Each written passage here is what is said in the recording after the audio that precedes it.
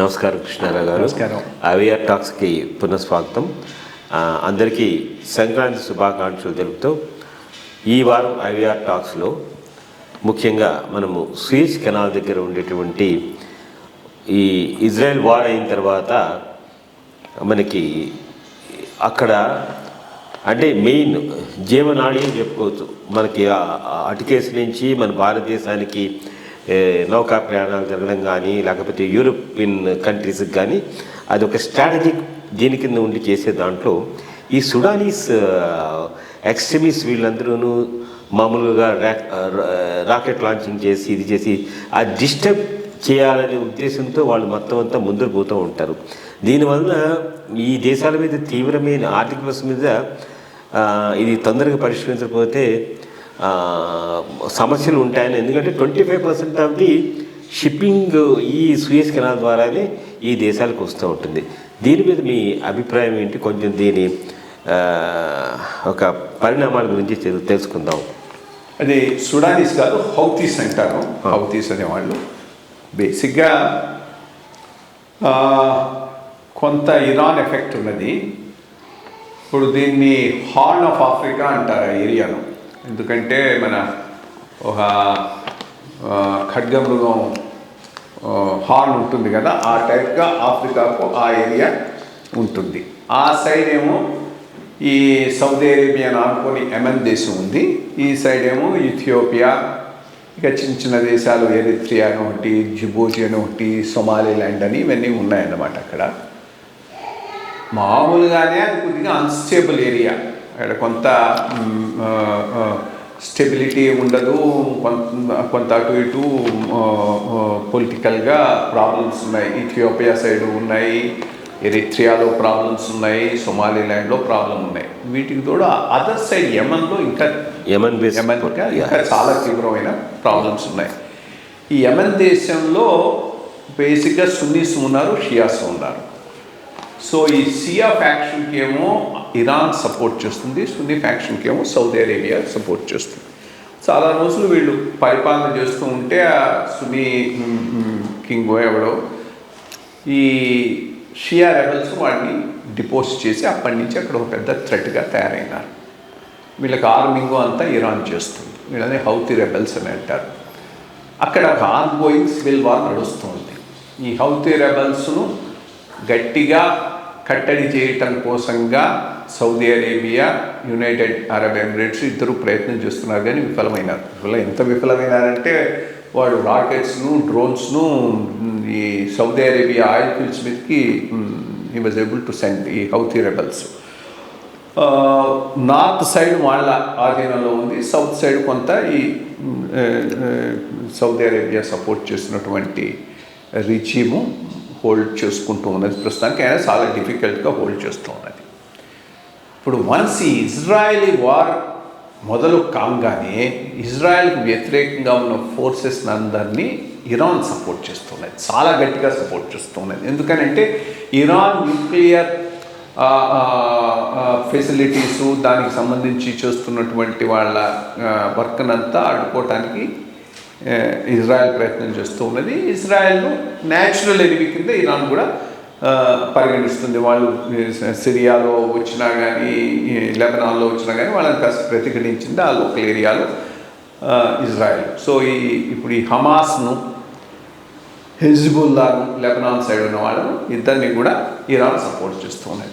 అట్లాగే ఈ Houthi rebels ఎవరైతే యెమెన్లో ఉన్నారో వీళ్ళను ఇరానే సపోర్ట్ చేస్తున్నాయి. వీళ్ళు ఏం చేశారు, ఇప్పుడు ఇజ్రాయెల్ మీద యుద్ధం ప్రకటించేశారు.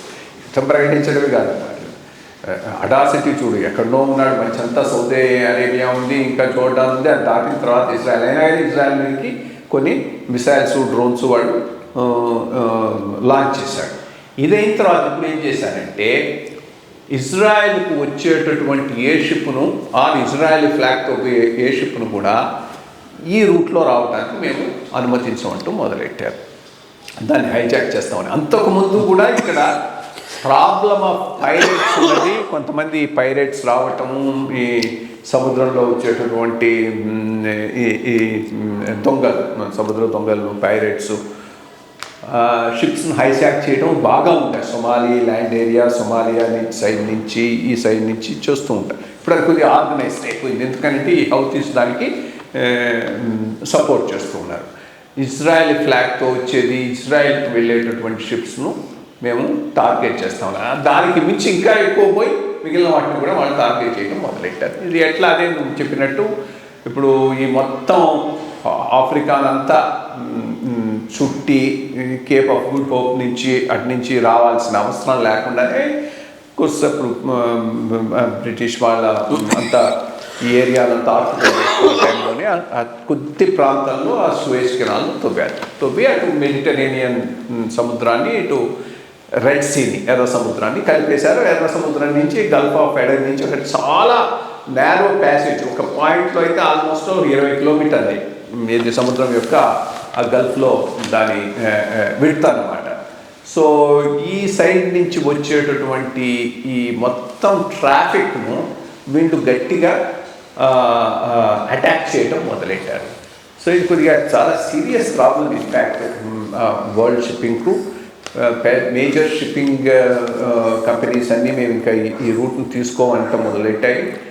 అఫ్కోర్స్ వీటిని కాస్త స్టెబిలైజ్ చేయడానికి అమెరికా పూనుకున్నదే. అమెరికా, ఇంగ్లాండ్ వాళ్ళ నేవీతో కొంతమందిని రైడ్ చేశారు. ఇన్ఫ్యాక్ట్ యమన్ మీద కొన్ని డ్రోన్స్, మిసైల్స్ కూడా ప్రయోగించడం జరిగింది. అట్లాగే ఒక షిప్ మనకు సంబంధించిన దాన్ని కూడా వాళ్ళు స్టాప్ చేస్తే మన నేవీ పోయి రెస్క్యూ చేసింది. ఒకటి, దీనిని నియంత్రించాలంటే ప్రపంచంలో అన్ని దేశాలు కలిసి ఇరాన్ మీద గట్టిగా ప్రెషర్ పెట్టాలి. బికాజ్ ఇరాన్ గనక గట్టిగా చెప్పిందని అంటే హౌతీస్ కొరకగా పోరు. సో ఆ సైడ్ నుంచి ఒకటి చేయాలి. దీన్ని నియంత్రించాల్సిన అవసరం అయితే ఎంత ఉంది. లేకపోతే చాలా ఇంపార్టెంట్ లైఫ్ లైన్ లాంటిది అన్నమాట మనకు. ఈ వరల్డ్ ట్రేడ్ చాలా కన్సైన్మెంట్స్ పోతే మనకు కూడా దానివల్ల ఎఫెక్ట్ అవుతుంది. ఆయిల్ కూడా పెరిగే అవకాశం ఉంది. ఆయిల్ సప్లైస్ బాగున్నాయి ఇప్పుడు. యాక్చువల్గా ఒకప్పుడు ఆయిల్ సప్లైస్ రష్యన్ వార్ వచ్చిన తర్వాత ప్రాబ్లం ఉండొచ్చు, చాలా హైకి వెళ్ళిపోవచ్చు అని చాలామంది అనుకున్నారు. కానీ లక్కీలీ సప్లై సైడ్ ఈజ్ అయిపోయింది. 2 రకాలు ఈజ్ అయిపోయింది. కొత్తవి కొన్ని ఓపెన్ అప్ కావటం, వెనుజులా మీద ఉన్న రిస్ట్రిక్షన్స్ తగ్గించటం, సౌత్ అమెరికాలో ఎక్కువగా ఆయిల్ ఫీల్డ్స్ వాటిని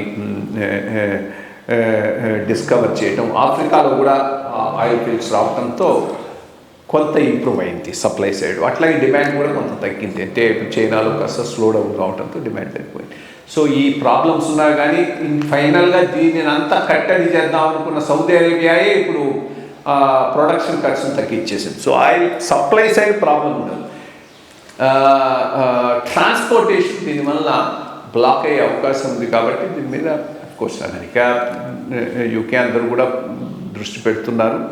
ఇండియా కూడా పెట్టాలి. ఇన్ఫ్యాక్ట్ దీంట్లో గల్ఫ్ కంట్రీస్ కూడా కలిసి వస్తాయి. ఎందుకంటే ఈ హౌతీస్ రెబల్స్ను వీళ్ళెవరు లైక్ చేయరు. ఎవరు యూఏఈ లైక్ చేయరు, సౌదీ అరేబియా లైక్ చేయరు. మొత్తం ఇవన్నీ సున్నీ కంట్రీస్. ఈ హౌతీస్ ఏమో షియాస్. సో ఆ ఫండమెంటల్ ప్రాబ్లం ఒకటి అక్కడ ఉన్నది. చూద్దాం. ఐ థింక్ ఇది broadly explains Gulf of Aden, supply channels, Suez Canal నుంచి వచ్చేటటువంటి ఈ ట్రాఫిక్ ఏ రకంగా ఇంపాక్ట్ అవుతుందనే దానికి ఇది బ్యాక్గ్రౌండ్. అది ఒకటి బ్రాడ్గా ఇంటర్నేషనల్ ఈవెంట్ కింద మనం పెట్టుకోవచ్చు. This is one important thing. So చాలా మంచి విషయాలు చెప్పారు. అదే ఎమాన్ బేస్డ్ హౌతీ ఫోర్సెస్ ఏ విధంగా ఇది చేస్తున్నాయి, వాళ్ళని ఏ విధంగా కంట్రోల్ చేయాలనే విషయం మీద. ఇప్పుడు వచ్చే వారం ప్రపంచం అంతా ఇండియా వైపు, భారతదేశం వైపే చూస్తుంది. మనము ఎన్నో ఏళ్లుగా పోగొట్టుకున్నటువంటి ఒక ఆధ్యాత్మిక వాతావరణాన్ని కానీ అనుకోవచ్చు, లేకపోతే మన ఫండమెంటల్ హిందూ రైట్ అని అనుకోవచ్చు.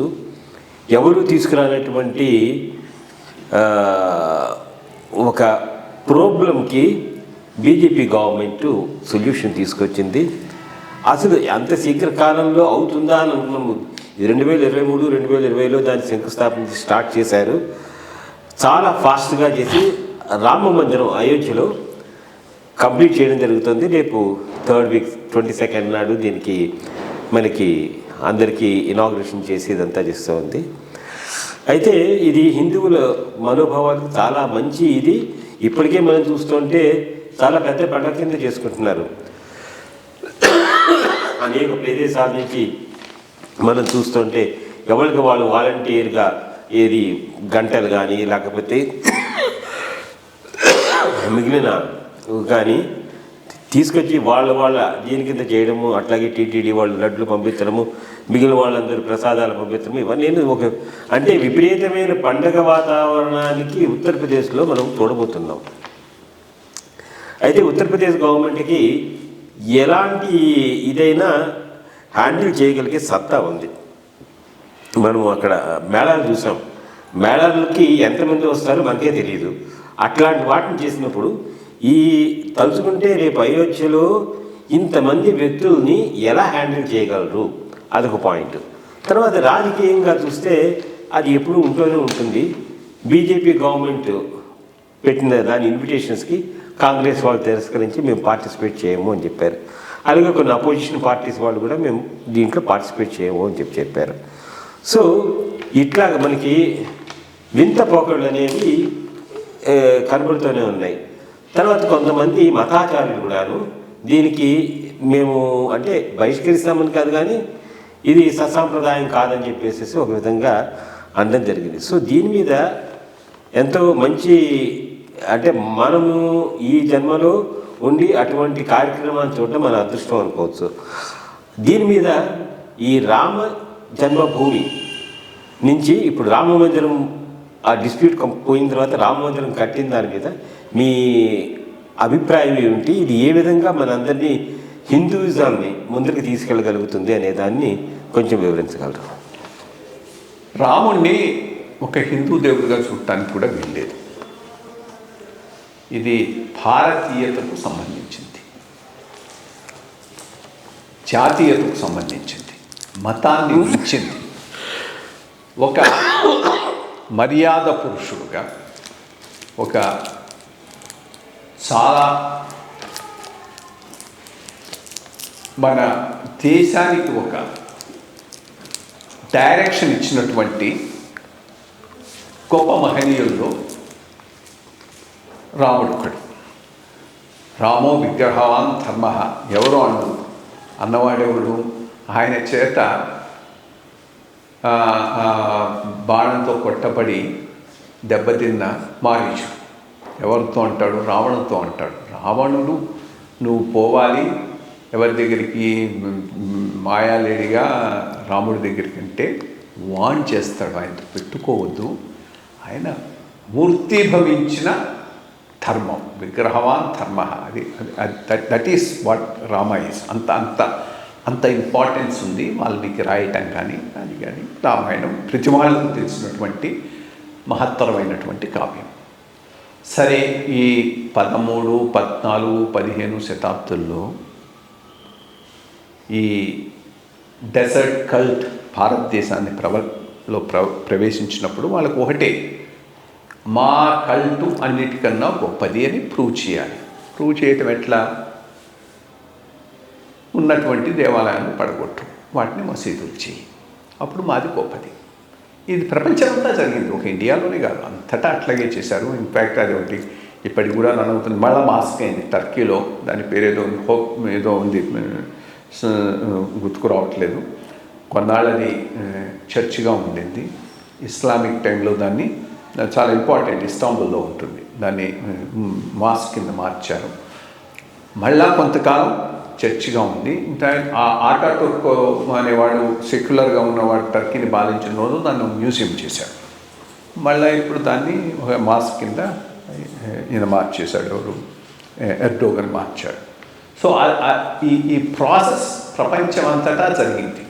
వాళ్ళు ఎక్కడికైతే పోయినారో అక్కడ ఉండేటటువంటి ఎగ్జిస్టింగ్ ఫెయిత్ను ఉన్నటువంటి చిహ్నంగా ఉన్న ప్రార్థనా మందిరాలను వాళ్ళ మందిరాలుగా మార్చుకున్నారు. అట్లా ఇండియాలో వేలకు వేలు చేసేసారు. ప్రతి చోట ఎక్కడ మసీదు తవ్వినా కానీ కింద నీకు పునాదంతా దేవాలయాలు కనిపించేటటువంటి పరిస్థితి. సరే, వీటిల్లో అన్నిటికన్నా కొన్ని మనకు చాలా చాలా దగ్గరైనవి, చాలా ఇంపార్టెంట్. లైక్ రాముడి జన్మభూమి, అక్కడ ఉన్నటువంటి దేవాలయాన్ని పడగొట్టి కట్టడం అనేటటువంటిది దాని హిస్టారికల్ రెక్టిఫికేషన్ చేయాల్సిన అవసరం తప్పకుండా ఉన్నది. సరే, అది ఇంకొక పద్ధతి ప్రకారం అంటే కొంతవరకు ముస్లిమ్స్ కూడా గివ్ అండ్ టేక్. ఈ అట్టేస్మెంట్ పాలసీ కనుక మొదటి నుంచి లేకపోతే అసలు ఈ ఇష్యూస్ కూడా వచ్చుండేవి కావు. ఐ మీన్ ఇన్ఫ్యాక్ట్ ఈరోజు కాంగ్రెస్ వాళ్ళు మేము రాము అని అన్నారు కదా, ఈరోజు ఇంకొకరు అంటే బీజేపీ కూడా చేయటం లేదు, ట్రస్ట్ చేస్తూ ఉన్నది. బీజేపీ అసోసియేట్ అవుతున్నది. ప్రధానమంత్రి ఆయన ఉన్నటువంటి అఫీషియల్ పొజిషన్లో ఈ కాన్సక్రేషన్ సెరమనీకి ప్రాధాన్యత వహిస్తున్నాడు. తోమించి it's being manage by trust. ఆ ట్రస్ట్ ఇచ్చినటువంటి ఇన్విటేషన్ తిరస్కరించారు. ఇది కొత్తగా కాంగ్రెస్ వాళ్ళకు. సోమనాథ్ విషయంలో కూడా అదే జరిగింది. సోమనాథ్ టెంపుల్ అది కూడా ఒక పెద్ద ప్రతీక. మొట్టమొదటి పెద్ద దేవాలయాన్ని భారతదేశానికి వచ్చిన ముస్లిం మూకలు కొల్లగొట్టింది ఏదైనా ఉందంటే గుజరాత్లోని సోమనాథ్ దేవాలయం. దాని యొక్క సంపదల గురించి విని, రెండోది ఇస్లాం స్ప్రెడ్ చేయడం కోసంగా ఉన్నటువంటి దేవాలయాలను ధ్వంసం చేయాలని గజనీ వచ్చి 12th centuryలో మొత్తం అంతా కొల్లగొట్టాడు, డిస్ట్రాయ్ చేసేసాడు.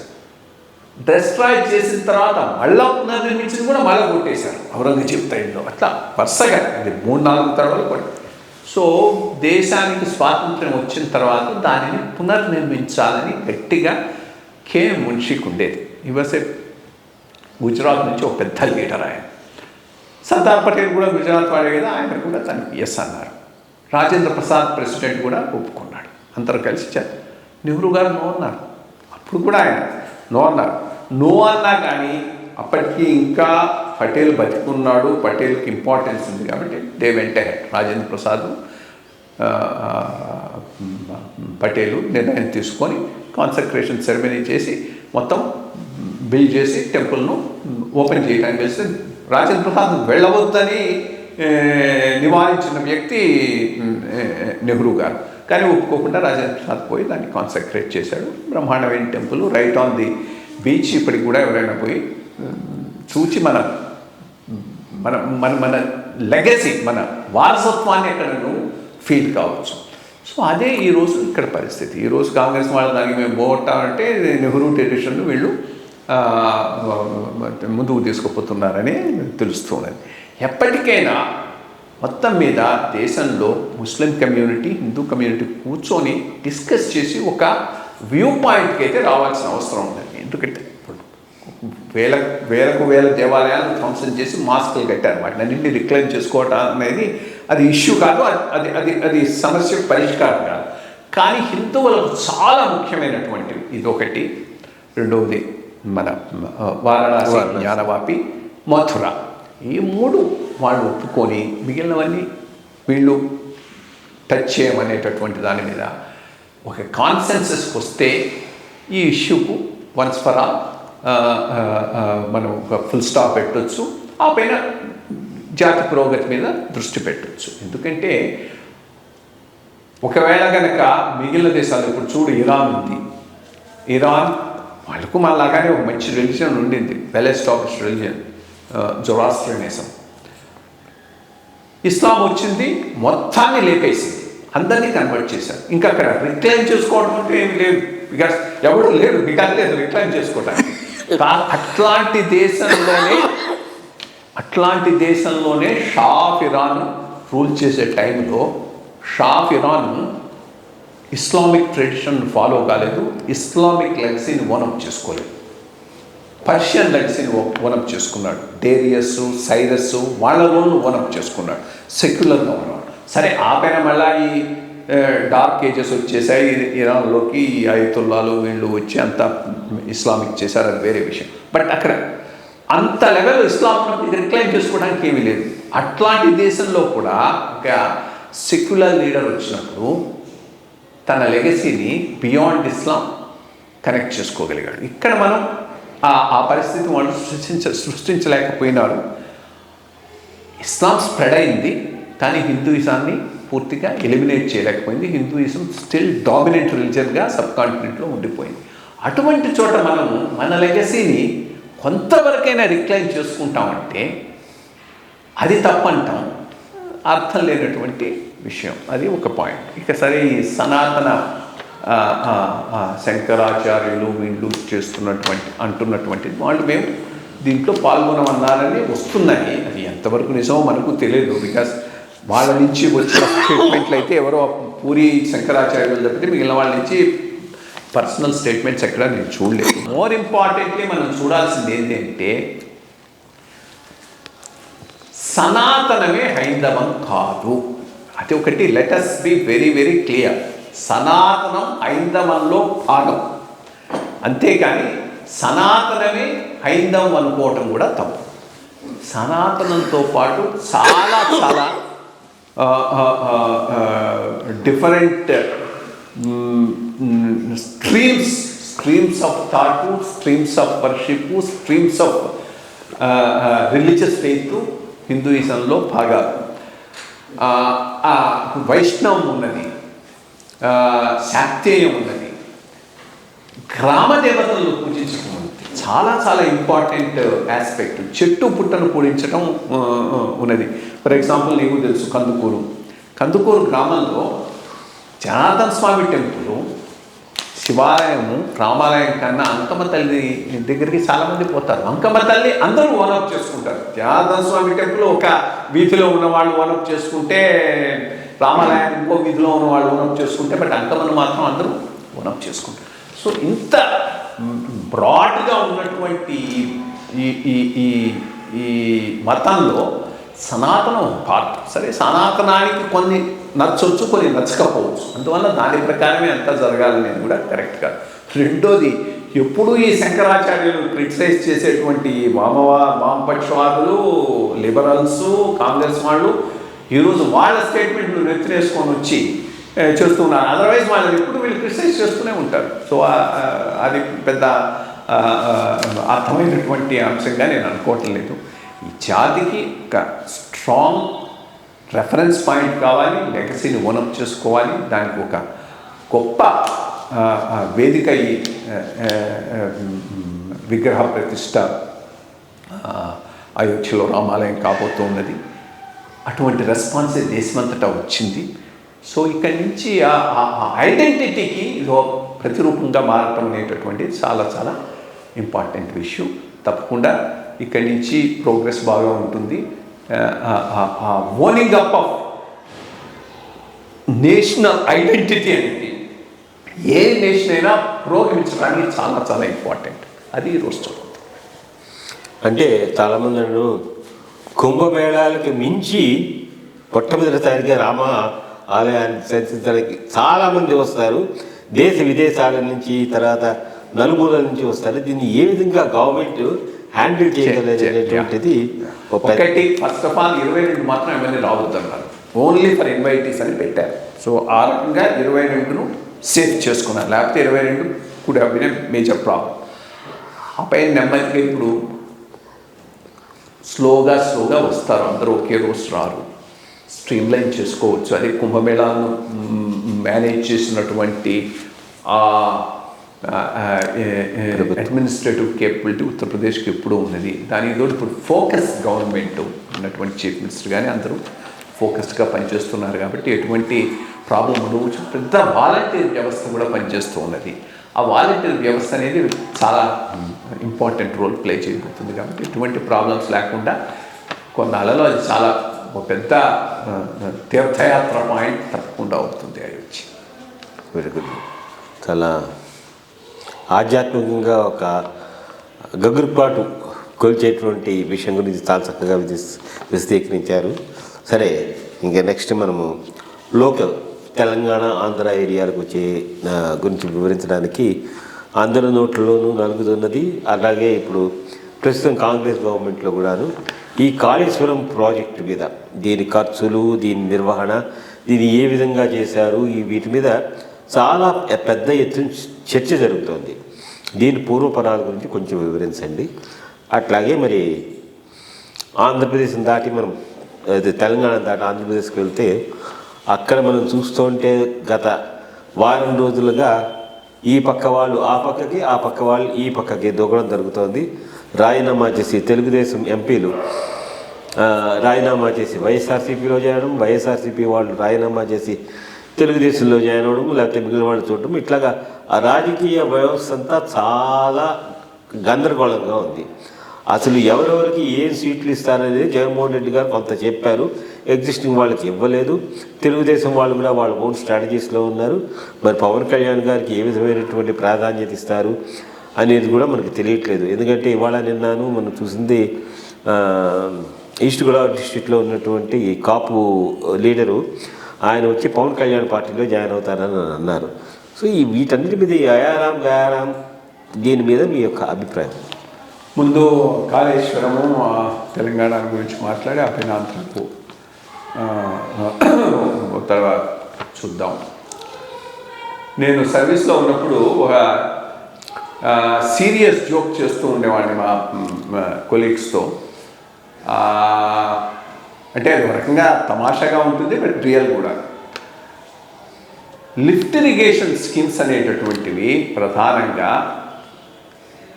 ఒక టెన్యూర్లో రాజకీయ నాయకులు డబ్బులు చేసుకోవడానికి చాలా బాగా పనికి వస్తాయి. ఇప్పుడు అంతకుముందు ఏముండేవి, మోస్ట్లీ గ్రావిటేషన్ ద్వారా సాగునీరు అందించేటటువంటి డ్యాములు కట్టడం అంటే అవి 10 ఏళ్ళు పట్టవచ్చు, 20 ఏళ్ళు పట్టవచ్చు, 30 ఏళ్ళు పట్టవచ్చు. కాంట్రాక్టర్ ఎవరైనా 20 ఏళ్ళు 30 ఏళ్ళు అని అంటే చాలా గవర్నమెంట్ మారుతాయి. సో వారు ఇచ్చేటటువంటి డబ్బును అందరూ షేర్ చేసుకోవాల్సి వస్తుంది. కానీ ఎప్పుడైతే మనం లిఫ్ట్ ఇరిగేషన్ స్కీమ్ అన్నామో, లిఫ్ట్ ఇరిగేషన్ స్కీమ్ అనేటటువంటిది మ్యాక్సిమం ఒక టెన్యూర్లోనే అయిపోతుంది. ఒక టెన్యూర్లో అయిపోయినప్పుడు అడ్వాంటేజ్ ఏంటంటే దాని మీద వచ్చేది ఏదైనా కిక్ బ్యాక్స్ ఉంటే అంతా అదే రిసీవ్కి వచ్చేటటువంటి అవకాశం ఉంది. అందుకోసమని ఈ మధ్య కాలంలో లిఫ్ట్ ఇరిగేషన్ స్కీమ్స్ను బాగా రాజకీయ నాయకులు ప్రోత్సహిస్తున్నారని నేను అంటూ ఉండేవాడిని, విచ్ ఇస్ ఫ్యాక్ట్. బట్ రెండోది నేను చెప్పింది ఏంటంటే, ఇది అఫ్కోర్స్ ఇన్ఎవిటబుల్. తెలంగాణ లాంటి ప్రాంతంలో ఎందుకంటే మామూలుగా మొత్తం స్టేట్ అంతా పైన ఉన్నది, నదులు కింద పోతున్నాయి కాబట్టి లిఫ్ట్ చేయకుండా నీళ్ళైతే ఇవ్వలేదు. కానీ కాళేశ్వరంలో ఎంత టెక్నికల్గా అవసరం ఉండి చేశాను, ఎంత కాంట్రాక్ట్ ఇవ్వను, ఎంత కరప్షన్ డ్రివను అనేటటువంటి దాని మీద అయితే తప్పకుండా ఒక క్లారిటీ రావాల్సినటువంటి అవసరం ఉన్నది. దాంట్లో భాగంగానే చేస్తున్నారు. బట్ ఇది ఎంతవరకు పోతుంది, దీనివల్ల రియల్గా ఈ స్కామ్ బయటపడుతుందంటే డౌట్ఫుల్. ఎందుకంటే ఒకటి, ఈ అంశాల్లో కాంగ్రెస్ ట్రాక్ రికార్డ్ ఏమి బీఆర్ఎస్ కన్నా బెటర్గా ఏమీ కాదు. అంతకుముందు కాంగ్రెస్ వాళ్ళు ఉన్నప్పుడు కూడా ఇటువంటి పనులే చేశారు, ఈయన కాస్త ఎక్కువ చేశాడు, అదొకటి. రెండోది, పొలిటికల్గా బీఆర్ఎస్ కాంగ్రెస్ కాంప్రమైజ్ అయితే అవకాశాలు ఉన్నాయి. ఎందుకంటే వాళ్ళు మళ్ళీ ఎప్పటికైనా బీజేపీ మా మెయిన్ ప్రత్యర్థి అని ఇద్దరు కలిసిపోయినారంటే అప్పుడు అసలు ఇది ఈ మొత్తం ఇన్వెస్టిగేషన్ని అటకెక్కేటటువంటి అవకాశం ఉన్నది. అట్లా కాకుండా దీని మీద బయట ఒకటి అదే కదా జరిగితే కాంగ్రెస్ వాళ్ళ క్రెడిబిలిటీ పూర్తిగా పోతుంది. ఎందుకంటే ఇది చాలా మేజర్ ఇష్యూ. ఆల్మోస్ట్ ఆల్ ఎటువంటి అంటే కొంత నిరంకుశంగా ఎటువంటి చెక్ బ్యాలెన్స్ లేకుండా సాగిన 10 ఏళ్ల ప్రభుత్వంలో జరిగిన పెద్ద అవినీతి ప్రాజెక్టు కాళేశ్వరం. అది కొంత రిజల్ట్ ఇచ్చి ఉండొచ్చు, నీళ్ళు ఇచ్చి ఉండొచ్చు, బట్ అంతకన్నా బెటర్గా చేసి ఉండొచ్చు, అంతకన్నా తక్కువ ఖర్చుతో చేసి ఉండొచ్చు, అంతకన్నా బెటర్గా ప్రయోజనాలు ఇచ్చే విధంగా చేసి ఉండొచ్చు. అది జరగలేదు దాంట్లో. సో లెట్ us hope ఇది కనుక కాంప్రమైజ్ కాకపోతే మాత్రం నిజం బయటకు వస్తుంది. కాంప్రమైజ్ అయితే అంతా అటకెక్కిపోతుంది, ఊరికే ఇదంతా తాటాక్షుపురుగానే మిగిలిపోతాయి. ఇది తెలంగాణలో ఈ కాళేశ్వరం ప్రాజెక్ట్స్ అని.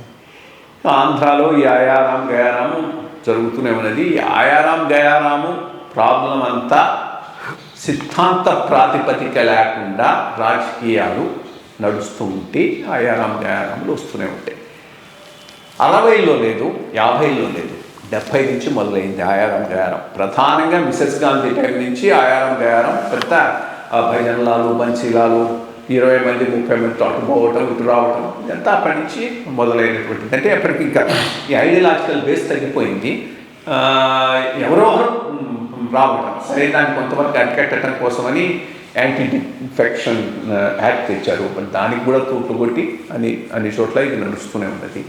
దానికి తోడు ఇప్పుడు ఏమవుతున్నదంటే ఆంధ్రాలో చాలా ఫ్లూయిడ్గా ఉంది. మోస్ట్ ఇంపార్టెంట్ థింగ్ ఏంటంటే ఆంధ్ర రాజకీయాలు ఈరోజు చాలా ఫ్లూయిడ్గా ఉన్నాయి. తప్పకుండా యాంటీ గవర్నమెంట్ సెంటిమెంట్ అయితే స్ట్రాంగ్గా ఉండేది, దాంట్లో ఏమీ డౌట్ లేదు. బట్ జగన్మోహన్ రెడ్డి బిల్డప్ చేసుకున్న ఓట్ బ్యాంక్స్ కూడా చాలా సాలిడ్గా ఉన్నాయి. కాబట్టి ఇది అటా ఇటా అనేది ఎవరు చెప్పలేకపోతున్నారు. కొంతవరకు నేను ఈ మీడియా దాన్ని బట్టి మొత్తం మీద యాంటీ వేవ్ పూర్తిగా బిల్డప్ అయిపోయింది అనుకున్నా కానీ బట్ కొంత గ్రౌండ్ లెవెల్లో రీచెక్ చేస్తే మాత్రం మేబీ ఇట్స్ నాట్ అంత క్లారిటీ రావటం లేదని చెప్తూ ఉన్నారు. ఈ క్లారిటీ లేని పరిస్థితుల్లో ఏంటి, ప్రతివాడు వాడి సిద్ధం చూసుకుంటాడు. సో ఇక్కడ వాడి సిద్ధం చూసుకోవడంతో ఈయన ఒక ఎక్సర్సైజ్ మొదలెట్టాడు. ఇది ఉన్న వాళ్ళని తీసేసి కొత్త వాళ్ళకి ఇవ్వటం, వాళ్ళ మీద అసెస్మెంట్ చేయడం, తెప్పించుకోవడం. ఇది మోర్ ఇంపార్టెంట్లీ తెలంగాణ ఎలక్షన్స్ తర్వాత అక్కడ వాళ్ళకైన జ్ఞానోదయం. ఇక్కడ ప్రతివాడు చెప్పడం ఏంటంటే సిట్టింగ్ ఎమ్మెల్యేలు కనుక ఒక 30 మందిని మార్చుండి ఉంటే కేసీఆర్ గెలిచుండేవాడు పోయిండేవాడు ఎవరికి తెలియదు. బికాస్ ఒకటి ఏంటంటే సిట్టింగ్ ఎమ్మెల్యే పోయేటప్పుడు వాటితో పాటు 10,000 5,000 తీసుకొని పోతాడు. ఇట్స్ నాట్ దట్ వాడు జస్ట్ లైక్ దట్ బయటికి పోతాడని కాదు. అప్పటికే వాడు 5 ఏళ్లలో చిన్న ఓట్ బ్యాంక్ బిల్డప్ చేసుకుంటాడు, వాడు ఓట్ బ్యాంక్ వాడితో పోతుంది. సో అది ఏ రకంగా ఎలక్షన్ల మీద ప్రభావం చూపుతుందనేది ఎలక్షన్లు అయిన దాకా ఎవరు చెప్పలేరు. సో ఇప్పుడు ఈయన ఉన్న వాళ్ళని చేంజ్ చేసి కొత్త వాళ్ళని పెట్టడం వల్ల ప్లస్ అవుతుందా మైనస్ అవుతుందా అనేది ఎవరు ఇప్పుడు చెప్పలేరు. 2 నెలల తర్వాత ఎలక్షన్ తర్వాతనే చెప్పగలుగుతాం. కానీ కొంతమంది స్ట్రాంగ్ లీడర్స్ అటు నుంచి చూస్తున్నారు, ఇటు నుంచి అటుపోతున్నారు. మీరు అన్నట్టు అది ఒక ఇంపార్టెంట్ ఫ్యాక్టరు. ముద్రగడ్డ పద్మనాభం గారు ఎటు పోతారు, వైఎస్ఆర్సీపీకి అయితే పోనని చెప్పారని న్యూస్ పేపర్స్ చెప్తూ ఉన్నాయి. పోకపోతే మరి జనసేనలోకి పోతాడా, తెలుగుదేశంలోకి పోతాడా చూడాలి. జనసేనలో కనుక ఆయన పోతే కాపు ఓట్ కన్సాలిడేట్ అవుతుంది. But at the same time ఇతర ఓటు మైనస్ అయ్యే అవకాశం కూడా ఉంది. ఎందుకంటే ఈయన స్ట్రాంగ్ కమ్యూనిటీ లీడర్. సో సిట్టి బలిజా ఈ కమ్యూనిటీస్ కొంత దూరం కావచ్చు పాసిబిలిటీ అయితే ఉంది. ఒకటి ఆయన వీటికి జాయిన్ అయితే మాత్రం బార్గెనింగ్ కెపాసిటీ జనసేనకు పెరుగుతుంది. బికాజ్ ఈస్ట్ వెస్ట్ గోదావరిలో ఒక వర్గం పూర్తిగా వాళ్ళతోనే ఉండిపోయేటటువంటి అవకాశం ఉంది. కాబట్టి కొంత బార్గెనింగ్ కెపాసిటీ జనసేనకు విసావి తెలుగుదేశం పెరిగేటటువంటి అవకాశం ఉంది. మూడోది నేను ఒకటి చూస్తూ ఉన్నది ఈ కాస్ట్ కాలిక్యులేషను, కాస్ట్ కాంబినేషన్స్, ఇవన్నీ మనం ఎలక్షన్ల ముందు చేసేటటువంటి అనాలిసిస్. జనాలు mostly beyond caste considerations vote చేస్తారు. అది ఒక బ్రాడ్ ట్రెండ్ని బట్టి పోతారు. కానీ ఈ పర్మిటేషన్స్ కాంబినేషన్స్ ఎప్పుడు వర్కౌట్ అవుతాయంటే పెద్దగా వేవ్ లేనప్పుడు. స్ట్రాంగ్ యాంటీ ఎస్టాబ్లిష్మెంట్ ఓటు కనుక బిల్డప్ అయిందంటే ఇవేమీ పనిచేయవు. Strong anti establishment vote buildup కాకుండా మార్జిన్లో కనుక గెలుపు ఓటములు ఉంటే ఈ కాస్ట్ కాంబినేషన్స్ ఇవి కూడా వర్కౌట్ అయ్యేటటువంటి అవకాశం ఉంది. చూడాలి. ఆంధ్ర ఈ లీడర్లందరూ కొంతమంది as some of them maybe strong leaders, వాళ్ళు కొంత ఫాలోయింగ్ ఉండొచ్చు. ఫాలోయింగ్ లేని లీడర్ ఎటుపోయినా కానీ దానివల్ల వీళ్ళకు ప్రయోజనం లేదు, వాళ్ళకు ప్రయోజనం లేదు. అతన్ని బట్టి జరిగేటటువంటి ఓటింగ్ ఏమి ఉండదు. బ్రాడ్గా ఆంధ్రాలో రేపు జరగబోయే ఎలక్షను జగన్మోహన్ రెడ్డి గారికి అగెనెస్ట్గా ఉన్న స్ట్రాంగ్ యాంటీ ఎస్టాబ్లిష్మెంట్ సెంటిమెంట్ ఒక సైడు, ఆయన క్రియేట్ చేసుకున్న ఓట్ బ్యాంక్స్ ఇంకో సైడు. మరి ఈ ఓట్ బ్యాంక్స్ 100% ఓటేస్తాయా? I doubt it. ఈ యాంటీ సెంటిమెంట్ ఉన్న ఓట్ బ్యాంక్స్ మాత్రం 100% అగెనెస్ట్గా ఓట్ చేసే అవకాశం ఉంది. అందుకనే నేను అడ్వాంటేజ్ తెలుగుదేశం అనుకున్నాను. గ్రౌండ్ లెవెల్ ఫీడ్బ్యాక్ మిక్స్డ్గా వస్తున్నది. కాబట్టి too early to say, maybe 1 నెల 2 నెలల తర్వాత క్లారిటీ రావచ్చు ఆంధ్రాలో. అంటే ఇక్కడ ఆంధ్రాలో apart from Telugu Desam and Janasena combine and YSRCP Congress కూడా ఇప్పుడు పుంజుకోవడానికి కొన్ని ప్రయత్నాలు చేస్తున్నాయని ఉంది. దీనివలన ఓటింగ్ ప్యాటర్న్లో స్ప్లిట్ రావడానికి అవకాశం ఉందా? ఎందుకంటే వాళ్ళు పాతగా ఉండేటువంటి కాంగ్రెస్ వాదులందరినీ వెనక్కి పిలవడము ఇలాంటివన్నీ, అందులో షర్మిలాని మళ్ళీ తీసుకొచ్చి కాంగ్రెస్లో చేసి దాన్ని పునర్వైభవం తీసుకురావాలనుకోవడం ఇవన్నీ ఉన్నాయి. అది ఏ విధంగా ఆంధ్ర ఎలక్షన్స్ని ప్రభావితం చేయగలం? ప్రధానంగా కాంగ్రెస్ రివైవల్ జగన్మోహన్ రెడ్డి గారికి దెబ్బ కొడుతుంది, దాంట్లో ఏమీ సందేహం లేదు. ఎందుకంటే కాంగ్రెస్కు వచ్చే ఓట్ బ్యాంక్ అంతా జగన్మోహన్ రెడ్డి ఓట్ బ్యాంక్ నుంచి పోయేది. సో కాంగ్రెస్ ఎంత బలపడితే అంతవరకు జగన్మోహన్ రెడ్డి వీకన్ అయ్యేటటువంటి అవకాశం ఉంది. ఆ పరిస్థితులు కూడా కనిపిస్తున్నాయి. బట్ 2024 వరకు పెద్ద దాని ప్రాబల్యం ఉండకపోవచ్చు. వచ్చిన ఏదో వస్తారు ఇచ్చేస్తారు, కానీ యాంటీ ఎస్టాబ్లిష్మెంట్ ఓట్ అయితే ఇప్పటికే టీడీపీ దగ్గర కన్సాలిడేట్ అయిపోయింది కాబట్టి అదేం కాంగ్రెస్కి రాదు.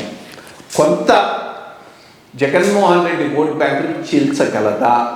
అది 24 నేను అనుకోను, 29కి చీల్స్తుందేమో, కానీ 24కు దాని ప్రభావం ఉండకపోవచ్చు. ఇక బీజేపీ ఒంటరిగా పోతే ఈ తడవ మాత్రం తప్పకుండా ఒక రీజనబుల్ పర్సంటేజ్ ఓట్లు బీజేపీకి వెళ్ళిపోతాయి. దాంతో యాంటీ ఎస్టాబ్లిష్మెంట్ అంతవరకు చీలేటటువంటి అవకాశం ఉన్నది. అది అది అది ఎవరికి అడ్వాంటేజ్ అంటే డెఫినెట్లీ రూలింగ్ పార్టీకి అడ్వాంటేజ్గా ఉండేటటువంటి అవకాశం. బట్ ఎంత చిల్లగలుస్తుంది, ఎంత సస్టైన్డ్గా వాళ్ళు వర్క్ చేస్తారనే దాని మీద ఆధారపడి ఉంటుంది. సో మంచి విషయాలు చెప్పారండి. అంత వానలు వరదలు వచ్చిన రైతు బిడ్డలకి చక్కటి ధాన్యము ఇవి అంతా వచ్చి సంక్రాంతి పండుగ అందరూ చక్కగా జరుపుకుని మళ్ళీ వచ్చేవారు కొత్త విషయాల మీద మనం అందరికీ సంక్రాంతి శుభాకాంక్షలు. Thank you.